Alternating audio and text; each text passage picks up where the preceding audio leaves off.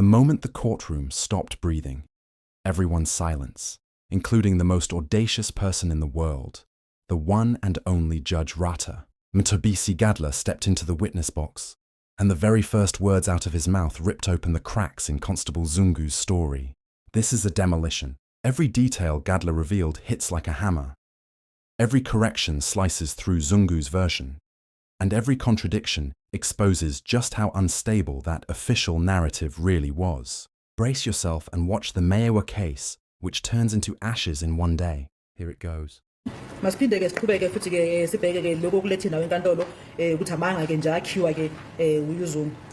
he further says that soon after he had realized that accused number one was in possession of that 3.8 revolver and you were in possession of the 9mm pistol, he then inquired Gwabeni about the whereabouts of his firearm.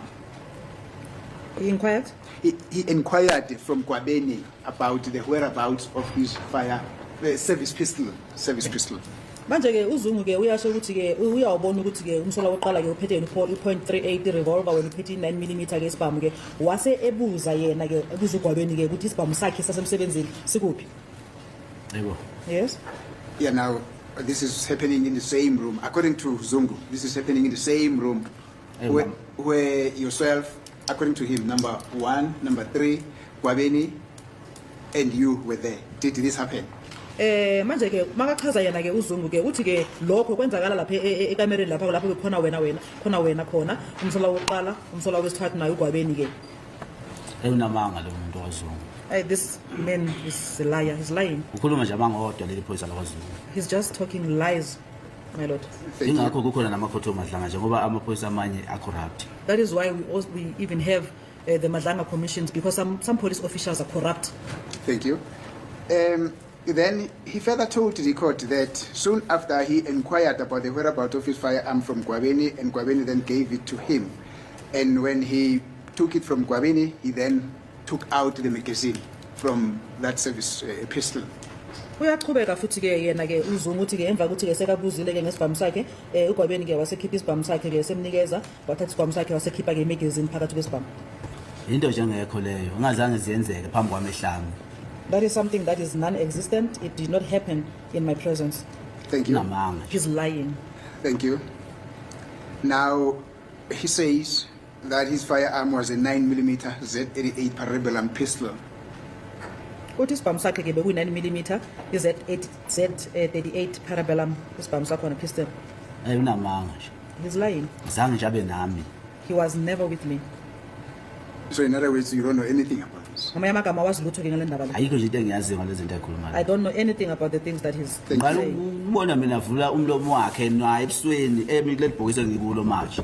The first time I saw his face and seeing him saying something or opening his mouth was when he stood at the same dock that I'm standing now. So I don't know anything about that person.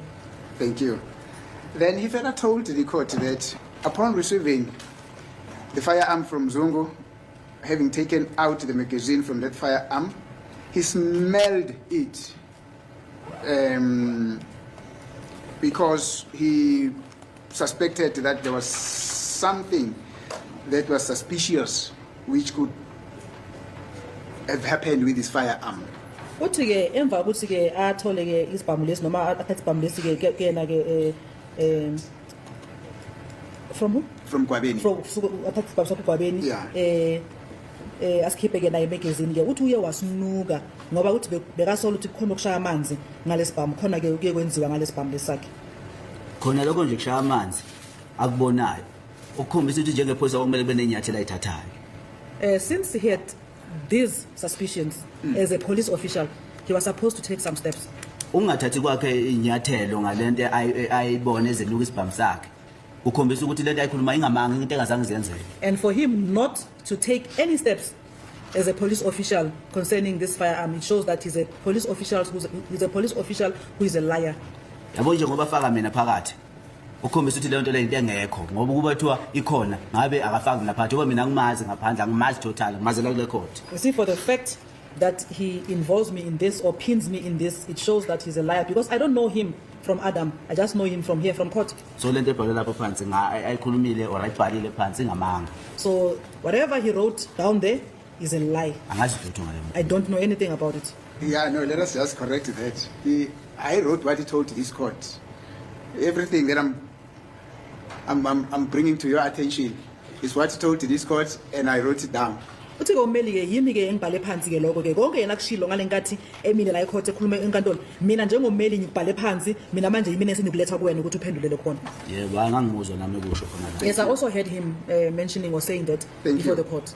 This is the part where Zungu's story stops making sense and starts sounding like fiction written in panic. His claims of handing his service pistol, a state-issued firearm, to Gwabini, a civilian at a hostel, already illegal, already reckless, already unbelievable. Then he says he saw Mtabisi holding a 9mm and accused one holding a revolver, yet somehow didn't arrest anyone, didn't report unlicensed firearms, didn't secure the scene, didn't act on his suspicions.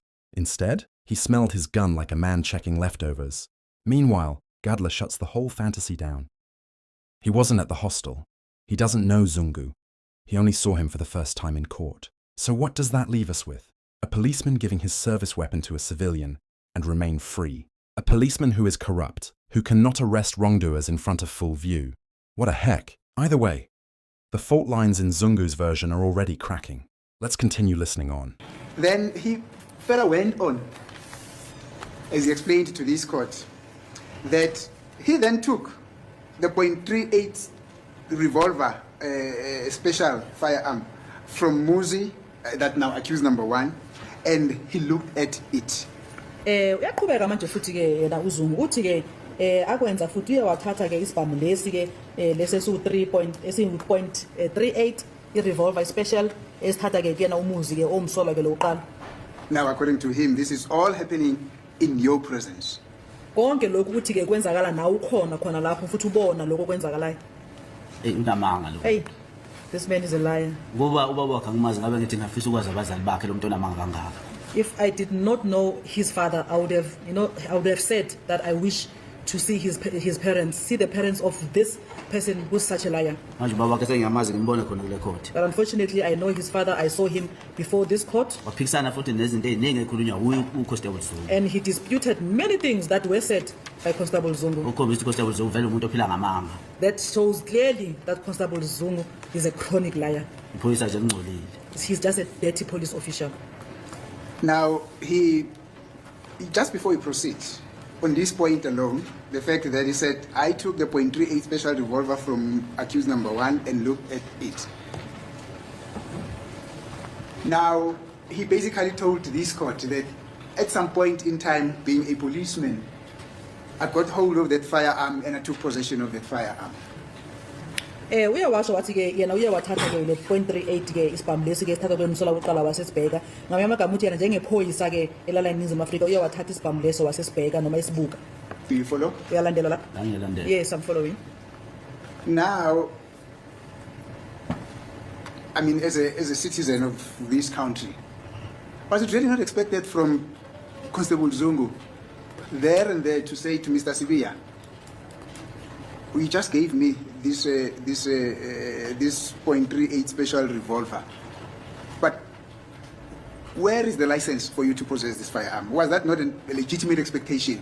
Manje ke njengo nawe ke umuntu ke wala eNingizimu Afrika awucabanga ukuthi ke ngendlela bekumele aze ngayo Constable Zungu befuneka athi ke mfana Sibiya naku ke songinike isibhamu lesi ke ikuphi manje ilicense yalesibhamu leso siphethe.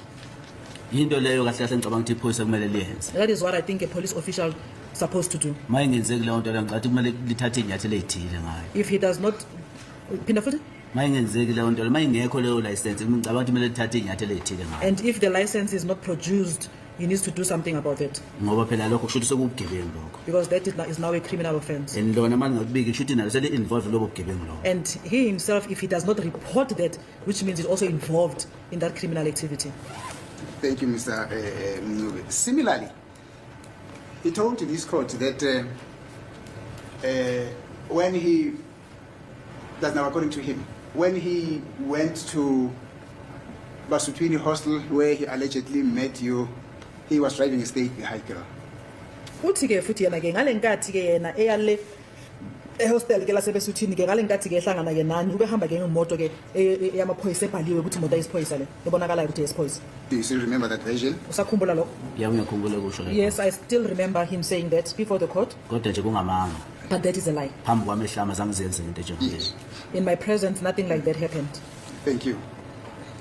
So, was he also not expected at the time at which he realized that you are also in possession of a 9mm pistol to demand to see a license to possess that firearm from you? Manje ke nangale yankathi ke sekabona ukuthi nawe unesibhamu kuye ke ube kumele ukuthi manje ke nakuye ke mhlamba ayifune ke license yalesibhamu leso siphethe. yebo kwakumele afune license kimi Yes, it was expected of him to ask for the license. if mhlawumbe wacaba ukuthi iphoyisa kwamele afune ikhadi yabona kimi lokuphoyisa. Or maybe peradventure, if he thought that I was a police officer, he was supposed to maybe ask for the service card. So lento le ikhuluma Document. ingamanga into engazange ziyenzeke. So what he's saying is a lie. It's something that did not happen. Thank you. Gadler's evidence in chief doesn't just challenge Zungu only, it exposes a structural failure in the prosecution's case. Under Advocate Manisi's direction, Gadler calmly outlines the basic duties of any trained police officer. When you take a revolver from someone, you ask for a license. When you see a 9mm pistol, you verify whether the person is a police officer. When you witness unlicensed firearms, you report it immediately. These aren't advanced procedures. These are entry-level policing fundamentals. And the moment Gadler lays them out, the courtroom is forced to confront a brutal truth. Zungu did none of them, not one. His version collapses because it cannot coexist with actual police protocol. Worse, even his own father couldn't corroborate his story. That's not a contradiction.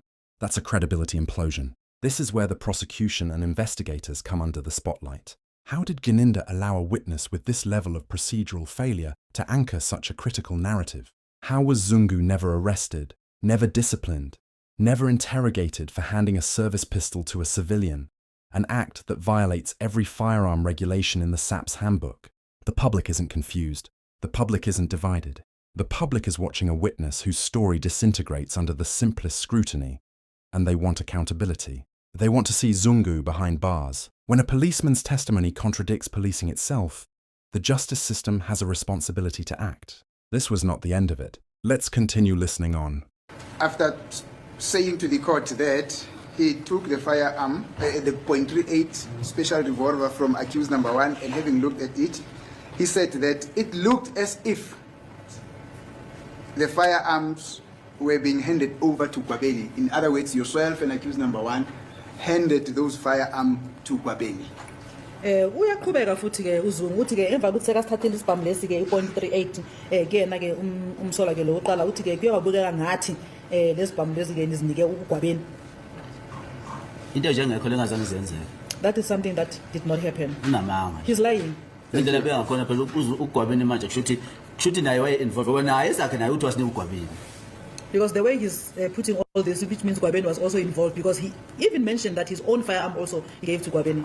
Yena uZungu waye involved. Zungu was involved. Ngoba phela ngendlela asho ngayo mayithi thina sathatha ibhamu sayine uGwabeni kanti naye sakhe wasine uGwabeni. Shuthi vele uGwabeni uyimphathi webhamu. It means now he was involved because he did mention that he also handed his own firearm to him, which means Gwabeni was the caretaker of these firearms. So linamanga lela phoyisa lakwaZungu. So this police official Zungu is a liar. Into engazange ziyenzeke le. Something that did not happen. Thank you.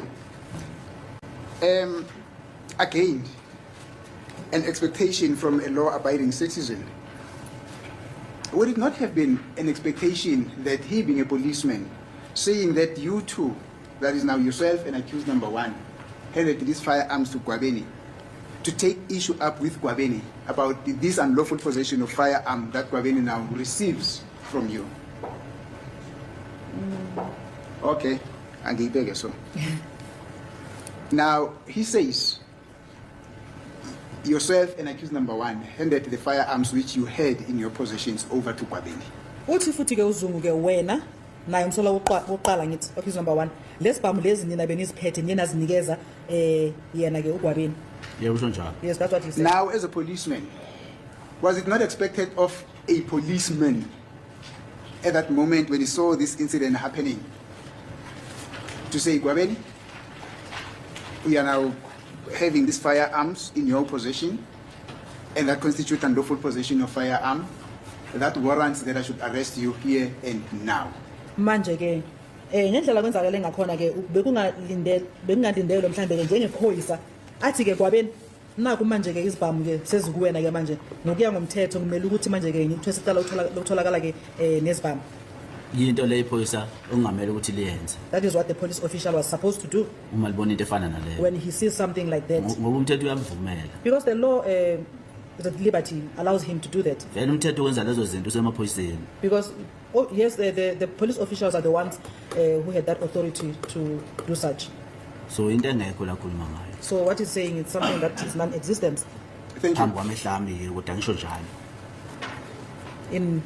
in my presence, let me say so, in my own observation, Ngoba mina ngimazi. because I don't know him. Thank you. Gadler doesn't just make a point, he detonates the foundation of Zungu's entire testimony. Because if Zungu's story is true, if 2 firearms were handed to Gwabini, if Zungu himself handed his service pistol to a civilian, then we're no longer talking about a witness. We're talking about a police officer participating in unlawful possession of firearms. And Gadler is right, Zungu doesn't come out of this as a witness. He comes out as a man who either lied under oath or committed an offense while wearing a badge. And that's the brutality of Gadler's testimony. It exposes Zungu not as a policeman who saw something, but as a policeman who violated the very laws he claims others broke. This is dereliction of duty, breach of protocol, and possible criminal conduct wrapped in a story that collapses the moment the defense applies pressure. And the prosecution? They built their case on this man. This raises the question the public has been shouting for years. How did this damning evidence pass all the channels all the way to the Pretoria High Court? If Gadler's evidence in chief stands, then Zungu isn't just a bad witness. He's a liability to the justice system. You already know exactly what that means. Zungu belongs in jail. Brace yourselves, because if you thought Zungu's credibility was already in flames, the next clip is where the entire structure finally collapses. Here it goes. Did you hear anything from the testimony of Constable Zungu to the effect that there are charges that are being pursued against Gwabeni for this unlawful possession of firearm by Gwabeni, which incident happened in his presence? Manje ke umuntu ke wezwa ke ufakazi obathula uZungu la court. Kulo ufakazi obathula ngokuZungu ngokuya ngawe kule nkulumo beyakhuluma khona ke mhlambe ke into beyikhombisa noma akushilo ukhombisa ukuthi ke akhona amacala ahambisana ngesibhamu lawa ke abafuna ukuvulela yena uGwabeni. Akunasinyathelo okwakhombisa ukuthi mhlawumbe ufuna ukusithatha noma mhlawumbe sake sathathwa. There's no sign or any hint that there's something that he wanted to do with that. Lokho khombisa ngosobala ukuthi into engekho leyo. That clearly shows that it's non-existent. Thank you. You will recall that Mr. Gwabeni came here and testified that the day of his arrest, he was accosted by several police stations, by several policemen or police officers, one of whom tried to push a firearm underneath his mattress. Do you still remember that?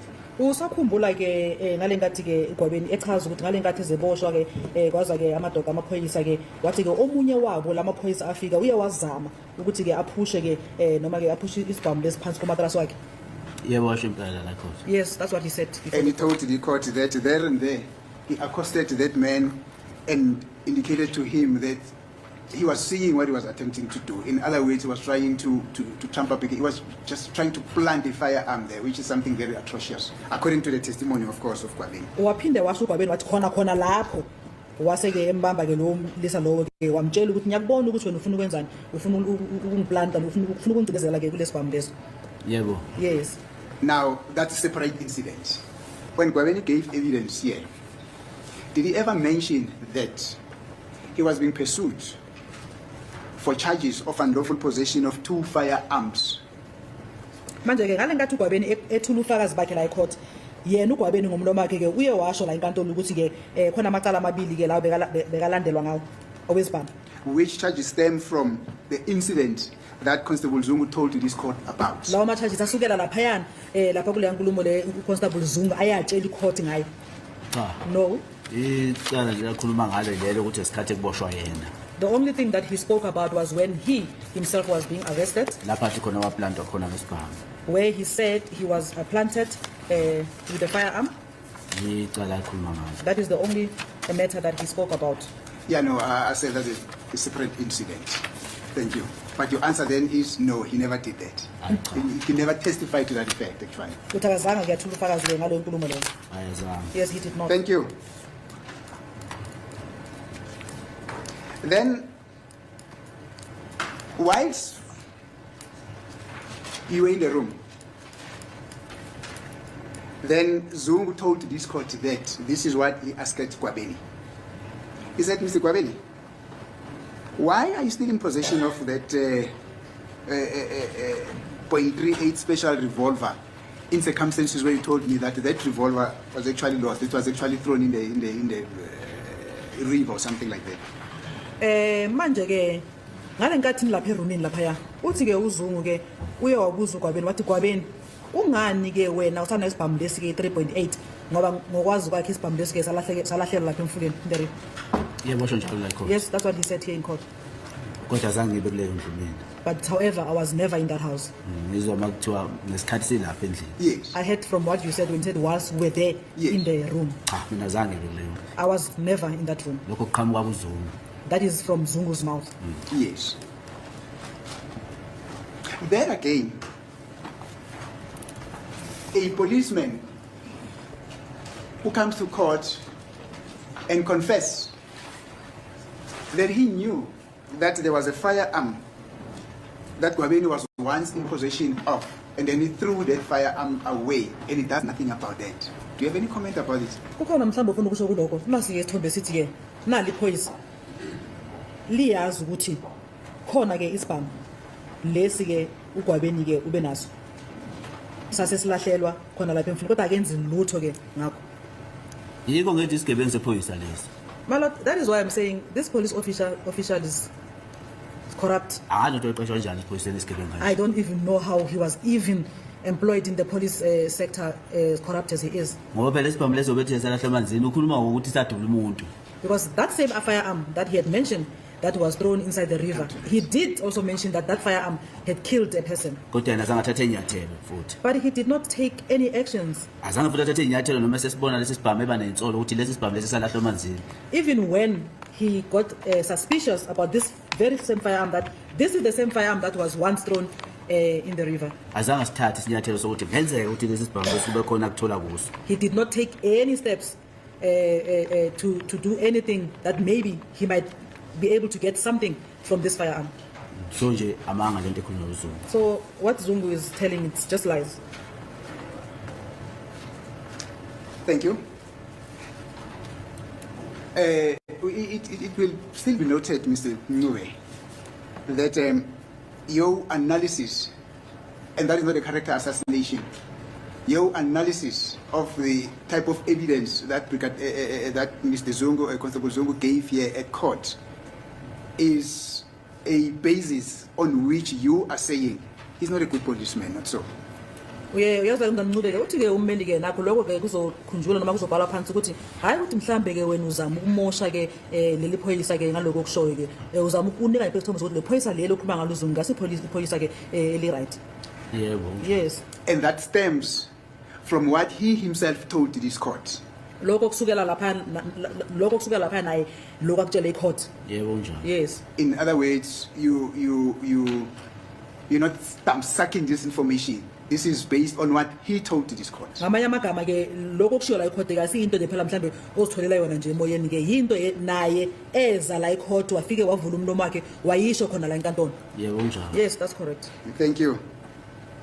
And then after saying to or inquiring from Mr. Gwabeni whether that is not the same firearm, who Gwabeni told him that he threw it in the river, and then Gwabeni then replied and said, no, it is not, that's not the same firearm. Uyaqhubeka futhi emva ukuthi ke ambuza uGwabeni ukuthi ke lesibhamu lesanda akusona lese ke esalahlelwa ke lapha ke emanzini ke uthi ke uGwabeni wasephinda wathi cha akusona. Yebo njalo. Yes, that's correct. Do you bear any knowledge about this communication? Lenkulumo leyo wena khona ukwaziyo ngayo? Amanga into engekho. It's a lie, something that did not happen, my lord. Ngoba phela uGwabeni ngisho manje ngoba ethi khona isibhamu salahle emanzini sengesinye leso. Kushuthi nawe uyabona njengephoyisa zingqwaba kushuthi ibhamu lo muntu lo. Because Gwabeni now did mention that he can see that there's a firearm that was thrown into the water and there's another firearm available. So he also sees that it means there's lots. So this is the grand finale of the state's case? Really? This is what they built it on? Zungu says he watched firearms being passed around like snacks and took no action. Meanwhile, Gwabini says a police officer tried to plant a firearm during his arrest. Planting? Passing? Pretending? At this point, are we dealing with policing or improv theatre? And then comes the line that should have stopped the entire trial. Zungu admits he knows Gwabini killed someone and still didn't arrest him. I mean, what kind of police officer hears murder and responds with, "Oh, okay, cool." Anyway, should we call that protocol or a punchline? And when investigators, prosecutors, and even the bench hear all this and still do nothing, you have to ask, how do you build a case on lies this obvious? How do you run a country when corruption is this casual? How do you expect justice when the state can't even pretend convincingly? Gadla didn't just expose Zungu, he exposed the entire structure that protected him. This is the final nail in the coffin, and the coffin belongs to the state's case. If this testimony shook you, don't sit quietly. Make noise. Because when a police officer admits to ignoring illegal firearms, ignores murder suspicions, ignores protocol, and walks away from corruption, and the investigators, the prosecution, and the bench do nothing, the public becomes the last line of accountability. So share this. Come on. Demand answers. Ask why Zungu was never arrested. Ask why this testimony was allowed to stand. Ask why the justice system protected a man who broke every rule he was sworn to uphold. Your voice is the pressure they can't ignore.